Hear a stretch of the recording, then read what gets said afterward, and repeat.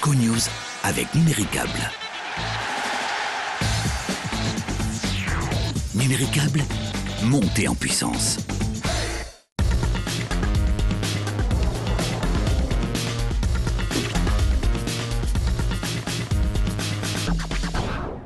Je penche pour la thèse du non-match, de l'accident, et j'espère qu'on va prouver cela vendredi en retrouvant des couleurs, notre jeu et de l'allant contre Ajaccio. C'est une évidence, Jean-Louis Garcia espère et attend une réaction d'orgueil de son équipe demain soir face à Ajaccio après sa mauvaise prestation contre Strasbourg en début de semaine. Une rencontre au cours de laquelle les Angevins étaient méconnaissables et n'ont pas montré leur vraie valeur, celle d'une formation qui pratique du beau jeu grâce à un collectif bien huilé. Face à des Corses qui occupent la 14e place du classement et qui luttent pour rester en Ligue 2 la saison prochaine, les hommes de coach Garcia veulent montrer un autre visage. Mais ce qu'ils souhaitent par-dessus tout, c'est prendre les 3 points et rien d'autre. On sait qu'on reçoit une équipe qui lutte pour le maintien aussi, donc qui vient d'aller gagner à Lens notamment. Donc on s'attend à un match compliqué. Après, c'est à nous de décider du sort de ce match. Si on rentre sur le terrain comme on est rentré contre Strasbourg, on n'aura rien pour nous. Mais si on rentre avec l'envie de gagner, de mettre de la folie dans ce match et d'aller au duel, je pense qu'on peut prétendre à un bon résultat. Et il faut, parce que voilà, pour continuer d'espérer, ça passe par une victoire. De toute façon, les Angevins n'ont pas trop le choix.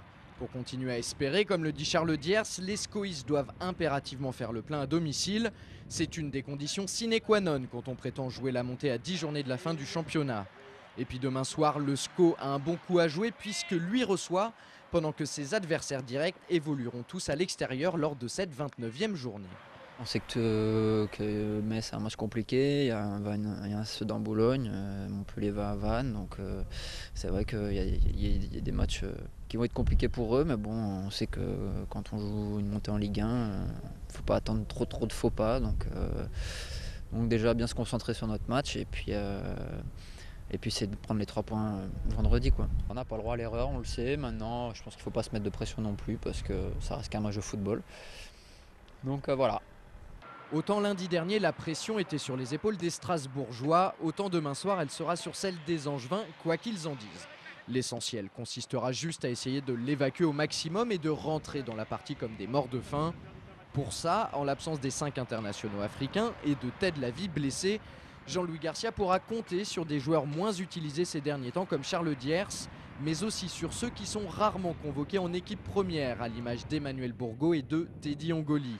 Maxime Josse et Serge Desblés effectueront eux aussi leur retour au sein du groupe après 2 longs mois d'absence. C'est vrai que c'est des joueurs importants, notamment Paul, Bruno derrière. C'est vrai que c'est quand même des joueurs qui sont décisifs.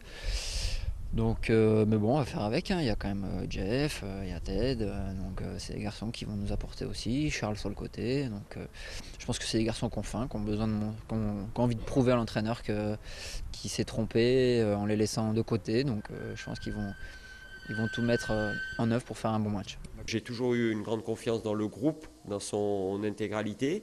Et le groupe va encore montrer sa richesse à travers ce match d'Ajaccio. Angers-Ajaccio, c'est demain soir à 20h au stade Jean-Bouin. Bon week-end à tous.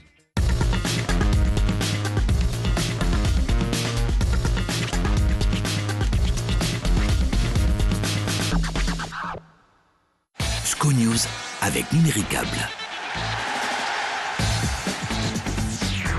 Numéricable, montez en puissance.